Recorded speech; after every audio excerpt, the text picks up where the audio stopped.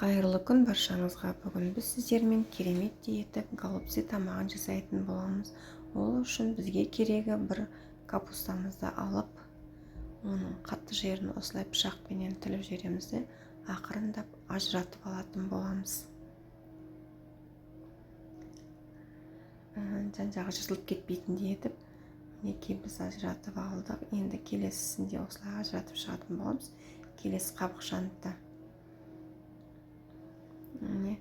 осы ажыратып алған қабықшаларымыздың барлығын біз қайнап тұрған ыстық суға салып қоятын боламыз. Осы кезде ол жібіп тұрады. Міне алдын ала дайындалған фаршымыз, ұсақтап туралған пиязымыз, ыстық суға салынған бір кесе күрішімізді дайындап аламыз. Сосын бізге дәміне қарай керек болады. Қара бұршымызды қосамыз, пиязымызды қосамыз, үстіне алдын ала туралып алған. Енді дәміне қарай тұзымызды қосып шығатын боламыз. Алдын ала бір кесені суға күрішке салып қойған суын сорғытып алып, оны да салмамызға қосып салып шығатын боламыз.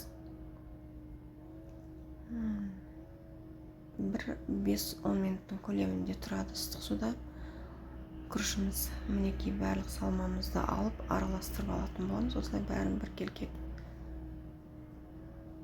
өз қалауларыңыз бойынша оливковый масло болмаса сұйық май қолдансаңыздар да болады. Мінекей біз ыстық суға салып қойған капустаның қабықтарын алып, осылай ортасындағыны қаттысын бөліп алып тастайтын боламыз. Ол бізге кедергі келтіреді. Мінекей біз осылай етіп екіге бөліп алдық. Енді осының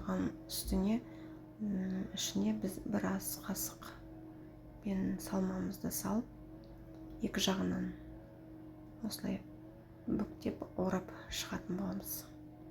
Шашылып кетпейтіндей етіп ораймыз осылай. Мінекей біз екіншісінде осылай салып салмамызды орап шығатын боламыз. Міне біз салмамызды орап шықтық, голубцыларымызды салмамызды салып. Енді міне екіншісін тағы да көрсетіп жіберейін. Қатты жерін алып тастаймыз, осылай видеода көріп тұрғандарыңыздай. Екіншісінде осылай салмамызды салып орап шығатын боламыз. Міне салмамызды салып орап алдық. Енді екінші де осылай орап шығатын боламыз.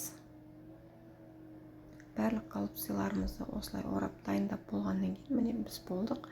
Енді біз бұларды мантаварканың табағына салып шығатын боламыз. Мантаварканың табағын сұйық маймен майлап аламыз. Алдын ала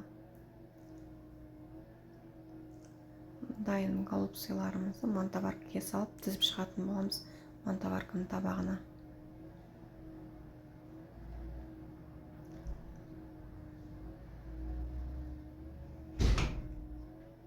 Міне біз енді мантаваркамызға салып, қайнап тұрған ыстық суымызға салып, 40-45 минут аралығында пісіріп аламыз. Мінекей біздің голубцымыз дайын болды. Сіздерге